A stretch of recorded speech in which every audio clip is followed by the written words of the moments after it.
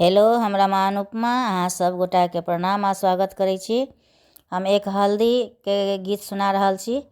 जँ नीक लागे तो लाइक शेयर कमेंट जरूर करब और चैनल के सब्सक्राइब कर लेब। घर घर परल हाहाकार, हे अपटन के बेरिया। घर घर परल हाहाकार, हे अपटन के बेरिया। किनका के हाथ में सब रंग पटिया, हे अपटन के बेरिया। किनका के हाथ में कसार,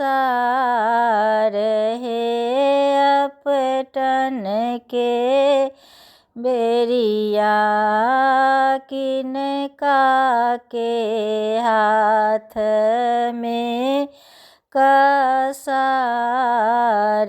हे अपटन के बेरिया।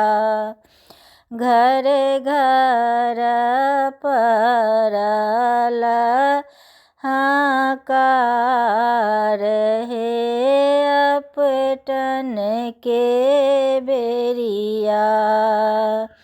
किनका के हाथ में तेल फूल काजर, हे अपटन के बेरिया।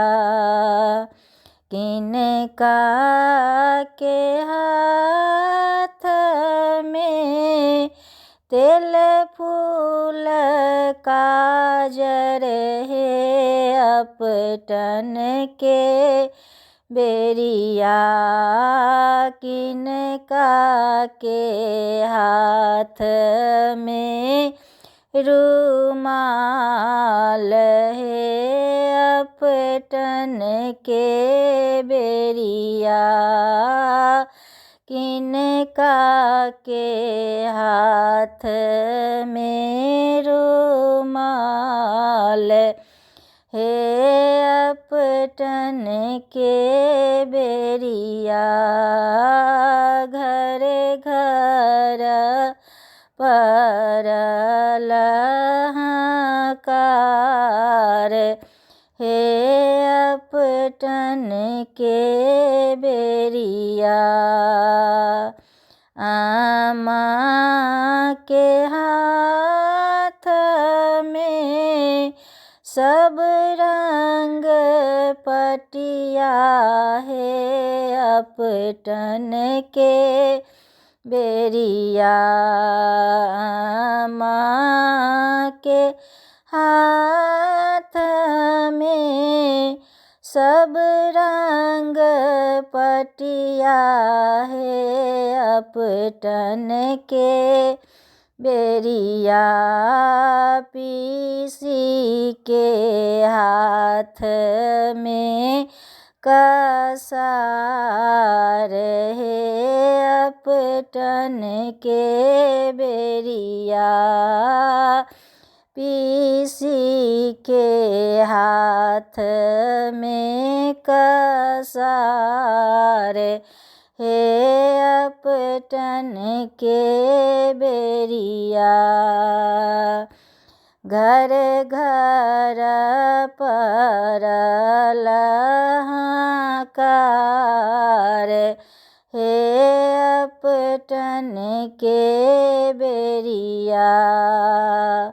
दीदी के हाथ में तेल फूल काजर, हे अपटन के बेरिया।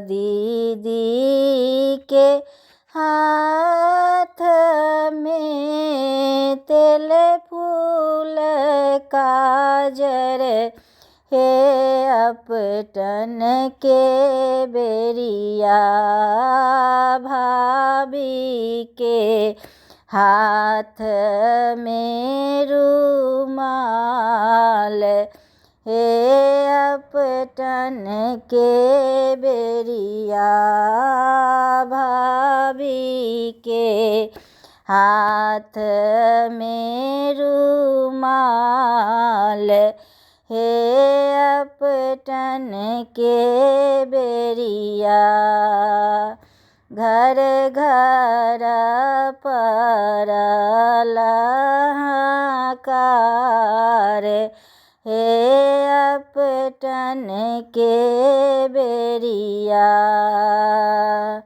आंग उघारल झिलमिली झारल हे अपटन के बेरिया आंग उघारल झिलमिली झारल हे अपटन के बेरिया हृदय बीच लागल कसार हे अपटन के बेरिया हृदय बीच लागल कसार हे अपटन के बेरिया घर घर परल हाहाकार